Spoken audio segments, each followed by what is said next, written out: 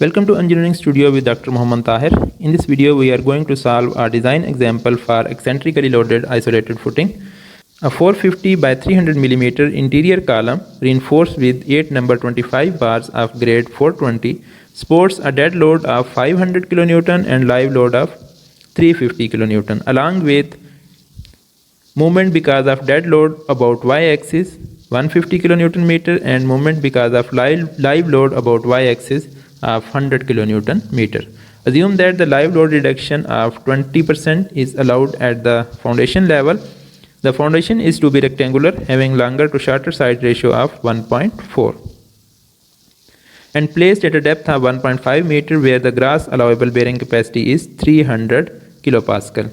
The average density of backfill material and the footing concrete may be taken as 2100 kg per cubic meter, while the filling from the ground to the plinth level surcharge is 0.5 meter with the average density of 1900 kg per cubic meter. The footing should have a concrete with the compressive strength of 20 megapascal and the Fy of steel for footing reinforcement is 420 megapascal. So we need to design the footing.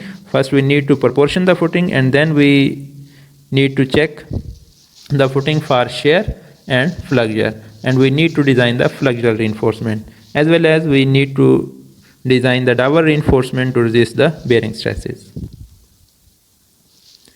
Okay, first of all, calculate the required area of the footing. So we need to proportion our footing. So we can proportion our footing based on the bearing failure criteria. So for that, Q maximum under the footing should be less than Q net allowable. So Q maximum is given by P over area of footing plus My over I, or M into L over 2, L by 2, it is equal to Y and Iy, because here the movement is about y-axis, so we need to consider the footing like that. So movement is about y-axis, so eccentricity will be along x-axis, so we need to consider this L by 2, mean if this is L, so we need to consider the y equal to L by 2, this extreme edge, because the pressure will be maximum at this extreme edge. So similarly we need to consider Iy, mean the second moment of area about this y-axis. So the second moment of area about the y-axis for this footing will be equal to BL cube over 12. So this is B, this is L, and BL cube over 12. So it will be Iy, and y will be equal to L by 2. So this distance is L by 2. So from here we can calculate the Q maximum value. So once we have the Q maximum value, so it should be less than Q net allowable, less than equal to Q net allowable. So we need to calculate the Q maximum value and Q net.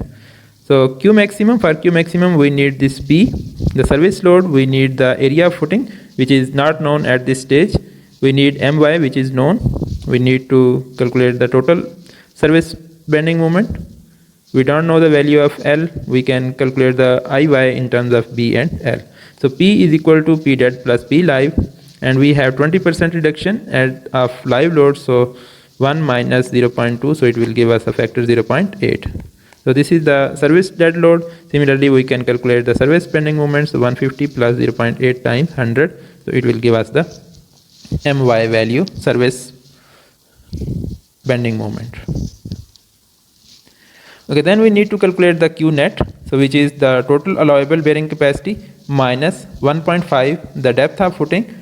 So we need not to consider this 0.5 factor, so multiplied by with the density of the footing, density of the backfill material plus the depth of surcharge multiplied by the density of surcharge, and multiply this factor with 9.81 divided by 1000 to convert this kilogram into kilonewton.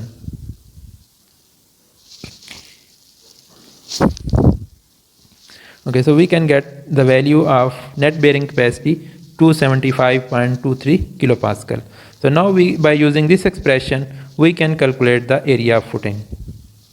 So here the information is given that length of the footing should be equal to 1.4 times width of footing. So we can replace this area L into B by 1.4 B times B, or we can write 1.4 B square. So at the place of L we can replace it with 1.4 B in the calculation of IY as well as L by 2, and in case of area of footing. So when we substitute these values in this Q maximum and replace this Q maximum with the Q net, so we can get the value of B. So once we have the value of B, so we can calculate the value of L. If we have the value of B, which is 1.9 meter, so then we can calculate the value of L 1.4 times 1.9. So we can get the value 2.6 meter for L. So in this manner we can calculate the value of length and width of the footing. So we multiply this length and width, so we can get the area of footing. So once we have length and width, now we can calculate the IY of the footing. So this is y axis. So if we want to calculate the second moment of area about y axis, so it will be BL cube over 12. So we can calculate its value. So its value is 2.783 meter to power 4.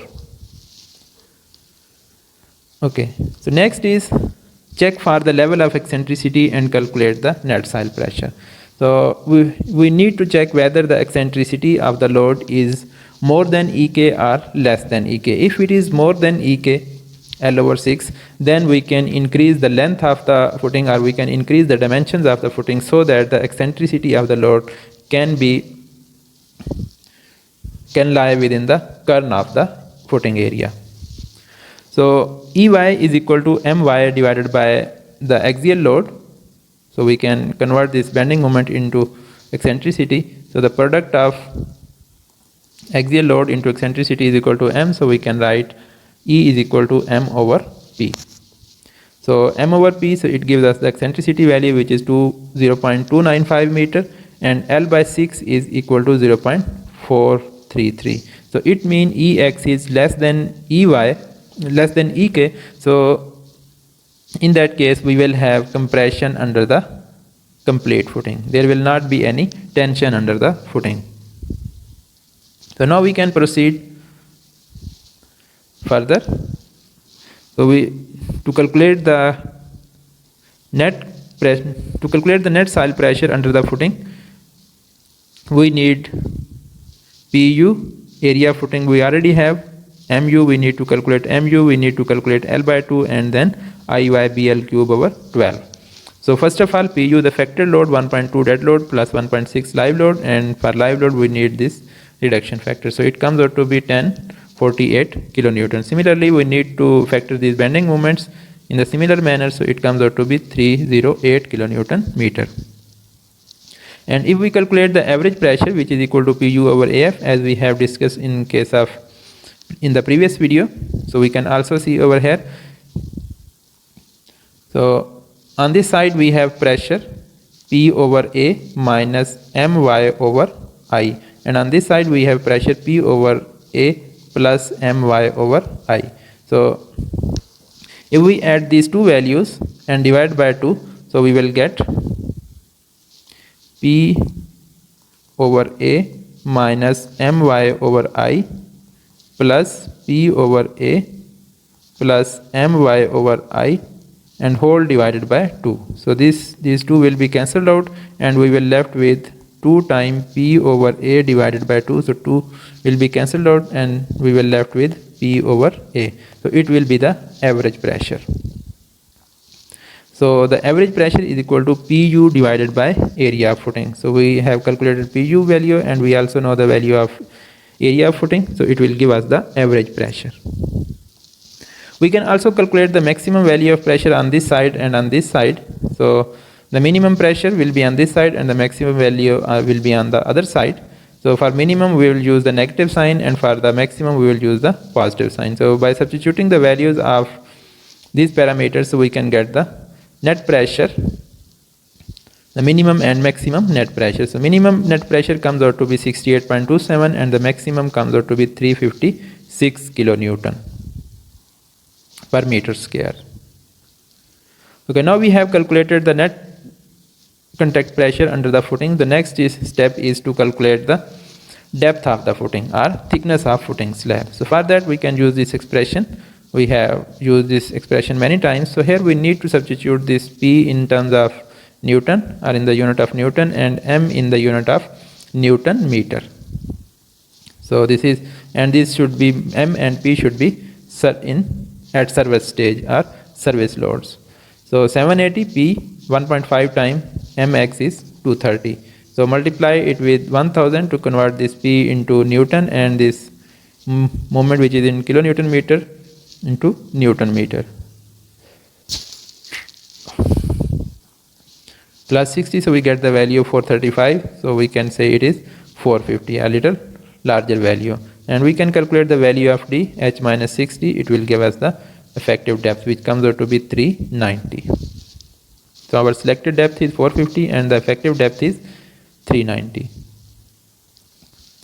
So after that we need to check our selected depth corresponding to the punching shear criteria and one-way shear criteria. So first of all we will check for the punching shear. We will see whether the selected depth is adequate to resist the punching shear. So for that, first we need to satisfy this equation. The punching stress, applied punching stress should be less than the punching resistance of the footing slab. Okay, to check for the punching shear, first we need to see, because here the bending moment is also acting on the footing. So first we need to see whether the eccentric shear need to be considered or not. So for that we will calculate the width C2 plus 3H. So this is the width of footing slab which transfer the moment to the column by flexure.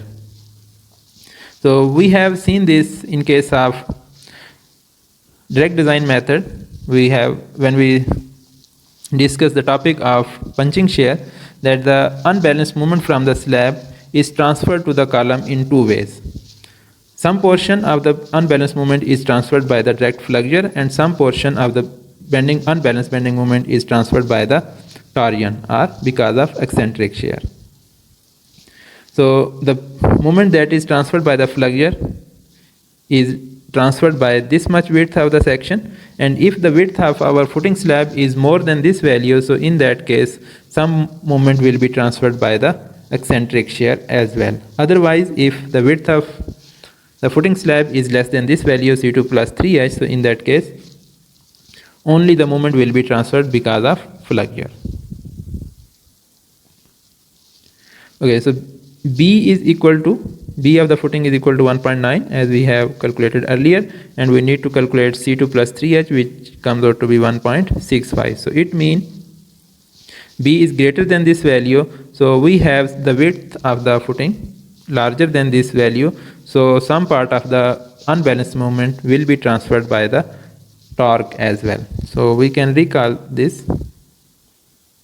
So if we have column over here and we have bending moment, so this much width of the footing, which is equal to C2 plus 3H, so this much width will transfer the bending moment by the direct flexure, and if this B is more than this value C2 plus 3H, then we will have this much portion of slab which will transfer the bending moment, unbalanced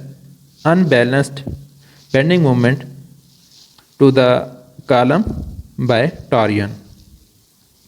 So because of the torsion, shear will produce at the critical section. Eccentric shear will produce at the critical section. So you can refer to the video related to the eccentric shear or punching shear. So this concept will be clear in that video. So here this B, the width of the footing is more than this value, so it means we need to consider the eccentric shear. So if we need to consider the eccentric shear, so in that case this applied shear stress will be equal to Vu will be equal to Vu because of gravity loads divided by area of footing or area of the critical section resisting the eccentric shear, resisting the punching shear, plus gamma V m x divided by JC. So this portion is the eccentric shear stress, and this is the direct shear or direct punching shear, which is produced because of the gravity loads. So first we can calculate the capacity of the section or capacity of the footing slab to resist the punching shear 5 VC. So we have already discussed this expression many times. So the punching shear of the footing slab is lesser of these three values given by these three equations. So here we are not going to multiply it with the B naught D because we need the stress value instead of shear force. We need shear stress. So we will not multiply it with B naught D. Or we can say we have divided this expression with the area of the footing which is resisting the punching shear. So by substituting these values we can get the shear stress, resistive shear stress of the footing concrete, and we will select the least out of these three. So the least value is 1.107. So this will be the shear stress, resistive shear stress of the footing slab. So now we need to calculate the applied shear. So to calculate the applied shear stress will be equal to Vu over AC plus gamma V mu times B1 by 2 is X and divided by JC.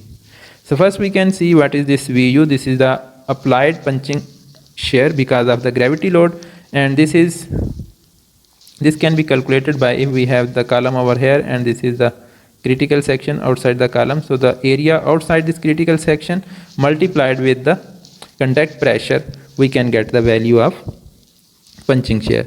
And here we can use the average value of the contact pressure because in case of eccentric loads, so the contact pressure under the footing is not same. So here we can use the average value of the contact pressure, so which is 212. So contact pressure multiplied by the area of footing L into B minus C1 plus D is this dimension. We can call it as B1, and this dimension is B2, which is equal to C2 plus D. So B1 times B2, so it will give us the area inside this critical section. So if we subtract this area out of the total area and multiply it with QU, so we can get the applied punching shear because of gravity loads. So the next task is to calculate the eccentric punching shear or eccentric shear stress. So for that, first we need to calculate this gamma V, so which is equal to 1 minus gamma F, and gamma F is equal to 1 over 1 plus 2 by 3 B1 by B2, and B1 is equal to C1 plus D and B2 is equal to C2 plus D. So these values are calculated over here. So by substituting these values, so we can get the value of gamma V, so which is 0.424. So what it means? It means the 42% of the total mu will be transferred by the eccentric shear, and the remaining will be transferred by the direct flexure. So this much portion of the bending moment means 42% of this mu will generate the eccentric shear in the footing slab. Okay. We also need to calculate the AC value. So AC is given by, actually AC is, if we see the critical section, it will be like this. So this one is B1, and this dimension is B2. So B1 multiplied by D and B2 multiplied by this D. So B1 multiplied by D plus B2 multiplied by D. So we can add this area, and the area on these two sides. So if we multiply it with the 2, so we can get the total area of the concrete which is resisting the punching shear. So 2 times B1 plus B2 times D. So we can rearrange it like this: 2 times B1 plus B2 plus B2 into D, because we can take this D2 out. Here it is multiplied. So by substituting these values, so we can calculate the area, which is calculated over here. So for JC, the expression is given in the code. You can also refer to the video related to the punching shear. About the JC, we need to substitute the value of B1, D and B2. So we can get the value of JC. Once we have JC value, gamma V value, then we can substitute these values in this equation to get the applied shear or applied punching shear stress. So by substituting these values, we can get the value which is 1.162 megapascal, and this is more than the resistive shear stress, which is 1.107. So it means we need to revise the thickness of the footing slab. Okay, so we can revise the thickness of footing slab. Initially it was 450, so we can increase it to 475. So after increasing the value, we can calculate the depth, effective depth of the footing. Now we again need to check the footing for eccentric shear or punching shear. So the same procedure will be adopted. First we will calculate the resistive shear, which will remain same, phi VC will remain same, and for the applied shear we need to calculate the shear because of direct gravity loads and shear because of the bending moment which is transferred by the torsion. So the procedure is same. So this value comes out to be 1.038 megapascal and it is less than 5 VC. So it means if we use this much depth of the footing slab, so it will be adequate to resist the applied punching shear. Okay, after that we need to satisfy the one-way shear criteria. So for that the applied shear should be less than the resistive shear. The maximum one-way shear is given by the QU multiplied by the span. So here we consider the critical section at a distance D from the face of the column. So this much span, we consider this portion as a cantilever beam subjected to the applied load. So this span will be equal to actually L by 2 minus C1 by 2 minus D, this value, this span.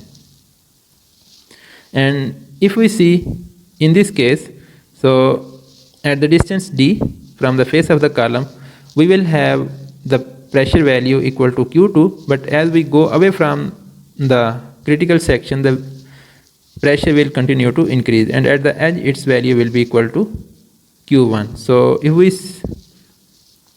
draw this applied pressure over here, so it will be a trapezoidal shape. So I can explain it over here.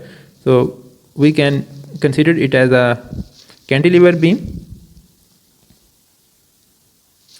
and its length will be equal to L by 2 minus C1 by 2 minus D. And it will be subjected to trapezoidal load like this. So here its value is equal to Q2 and here its value is equal to Q1. So we can calculate the value of Q2 and Q1. We have already calculated the maximum value. So either consider this trapezoidal load and calculate the value of shear at this portion, or we can divide this load into two type of loads. So one is uniformly distributed and the other one is triangular load. Or we can take the average of these two. So we can take the average of Q1 and Q2, Q1 plus Q2, and then consider this average load. So both ways we can proceed. We can either consider the average load or we can consider the load as a rectangle and as a triangle and calculate the value of shear at this critical section. So for that, first we need to calculate this Q2 value. So if we see over here, this Q2 can be calculated, so we can make it as a rectangle. So we need to make two triangles like this. So one triangle, for example, A, B and C, and the other triangle D and E. So now we have two triangles. So here this value is Q minimum is how much? Q minimum is 68.27 and the Q maximum is 356.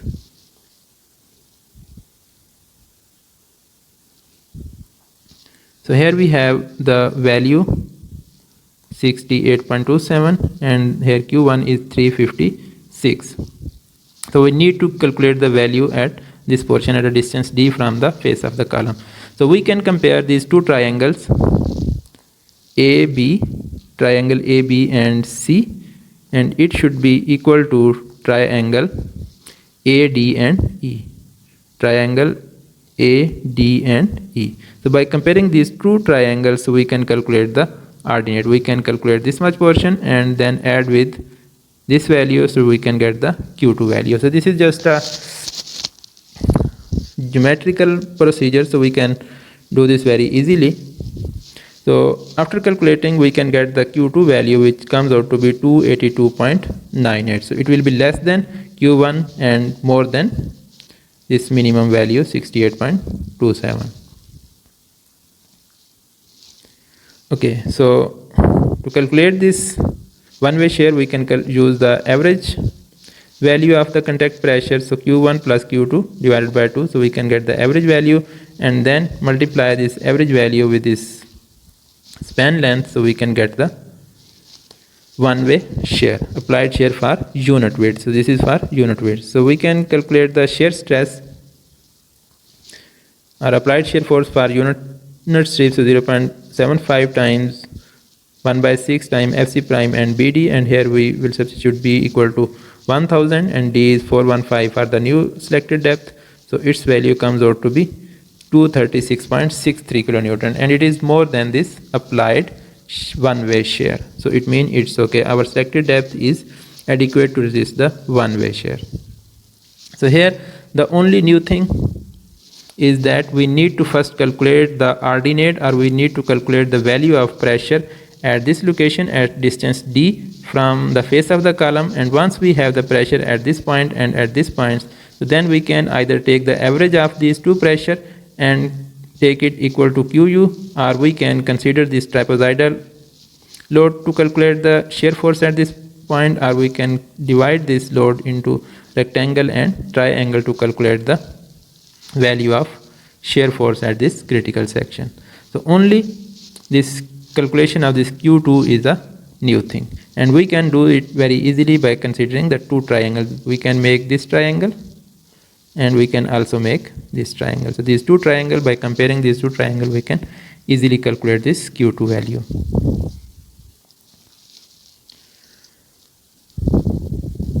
Okay, so next is, once we have checked our selected depth for the punching shear as well as for the one-way shear, so next is to design for the flexure. So to design for the flexure, we need to calculate the bending moment along longer side, and we also need to calculate the moment along the shorter side. So the cantilever length in the shorter direction LS, the span in the shorter direction LS, we need to calculate this one. So it is given by B minus C2 divided by 2. So I have discussed this in the previous video, in the previous example, so you can refer to that video to know how we can calculate this B minus C2, or how we can calculate this LS and LL. So their values comes out to be 0.8 meter and 1.075 meter. So these are the span in shorter as well as in longer direction. So here the new thing is to calculate the bending moment in the longer direction. So in case of bending moment, the critical section lies at the face of the column. So now we need to calculate the value of this pressure at this point at the face of the column. So we name it as Q1, this minimum as Q2, and the intermediate value as Q3. And we can calculate this Q3 very easily. So I can explain it over here, how we can do this. So here we have distribution like this. Here the value is 65.27, I think, or 68.27. And here it is 356. The values may be somewhat different, and the distance, this much distance, is equal to L by 2 minus C1 by 2. So L is whatever is the L value, so we can call it as, for example, X. So the total is L, so L minus X. So this much will be equal to L minus X, and this is equal to X. Okay, so now we can make the two triangles like this. So one triangle A, B and C, and then D and E. So first triangle, this one ABC, and the second triangle ADE. So triangle ABC should be equal to triangle ADE. So for that, the ratio of this base to the perpendicular mean this total is L divided by this ordinate starting from here up to here. So starting from here up to here. So this will be equal to 356 minus 68. So whatsoever is this value, so it will be equal to about 290. So I am not doing the exact calculation, but I am showing how we can do this. For example, it is this much is 290. So L divided by 290, it should be equal to A to D, the distance from A to D, which I write L minus X divided by this much. I can write it as Y. So divided by Y. So we know the L value. So total this length. We also know this L minus X. How much is this distance? So we can calculate the X from here and then we can substitute. So only unknown will be this Y. So once we know this Y value, so we can add this ordinate to get the total value at this location. So the Q3 will be equal to Y plus this 68.27. So in this manner we can calculate the Q3. Okay, once we have the value of Q1, Q2 and Q3, so the next procedure is to calculate the bending moment at this location. So again we can consider it as a cantilever beam subjected to the trapezoidal load. So I can make it as a cantilever beam subjected to trapezoidal load.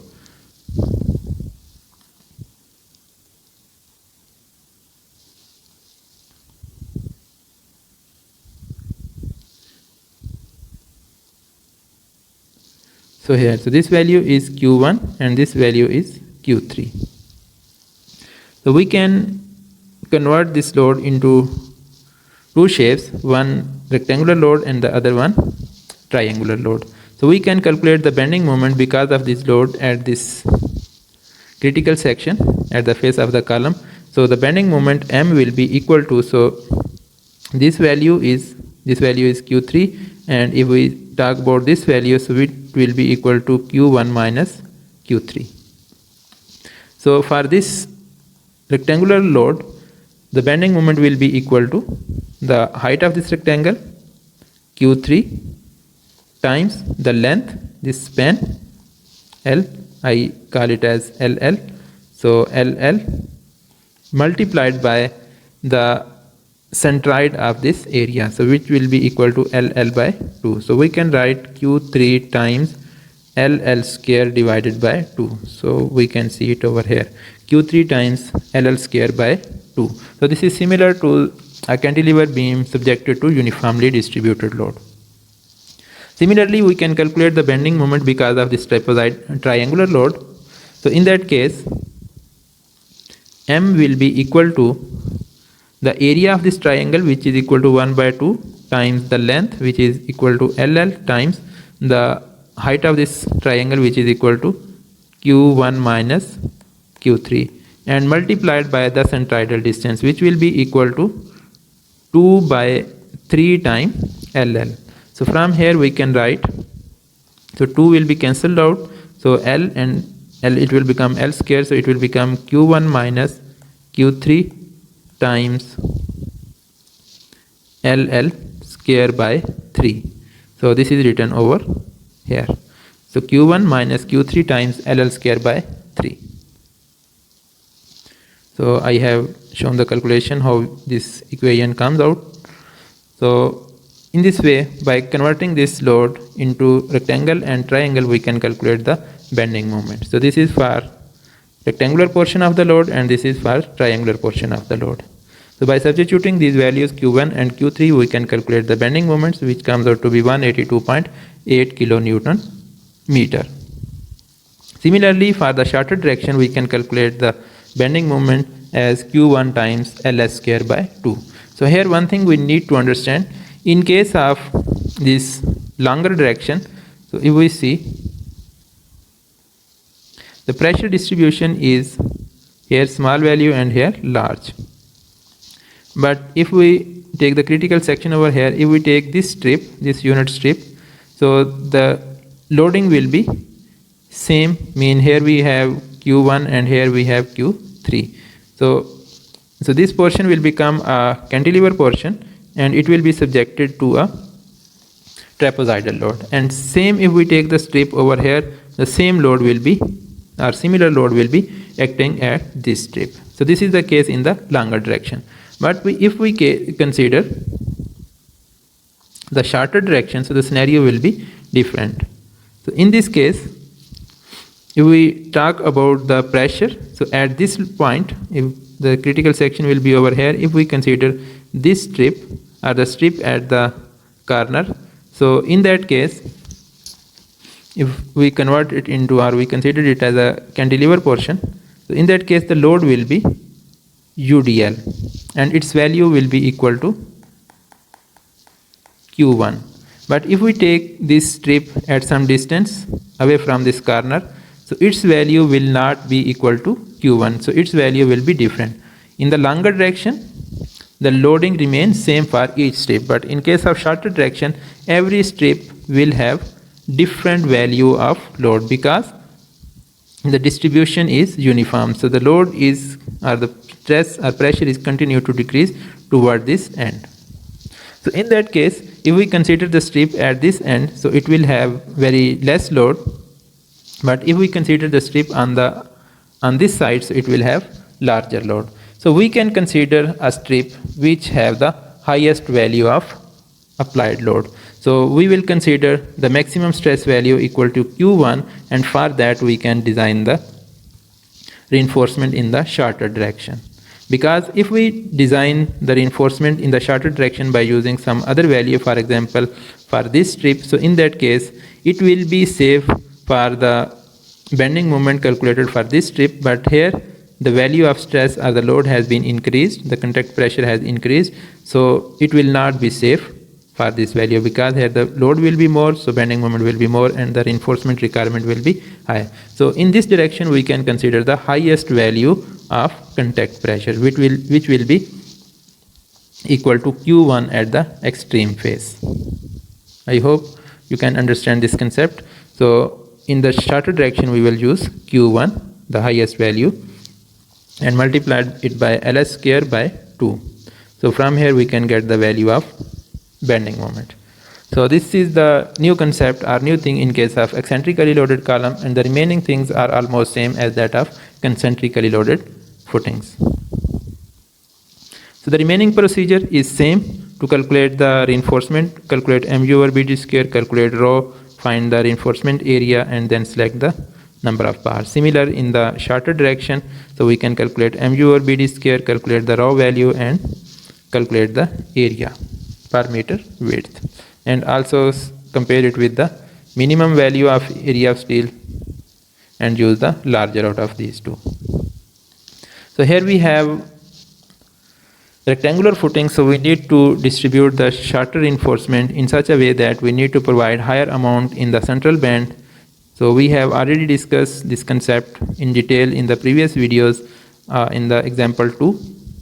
So you can refer to that video how we distribute the shorter direction reinforcement in the central band. So we first calculate the width of central band which is equal to B, then we calculate the reinforcement required for the central band which is 2 over beta plus 1 multiplied by the total reinforcement, and for the total reinforcement we calculate the reinforcement for the unit width multiplied with the total width and divided by the width of the central band.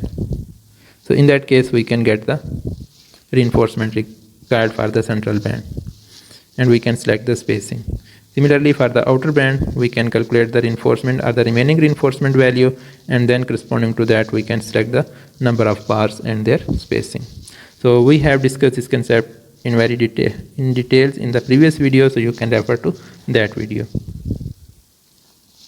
Okay, after that we need to check for the bearing stress. So again the procedure will be same as that of the concentrically loaded footing.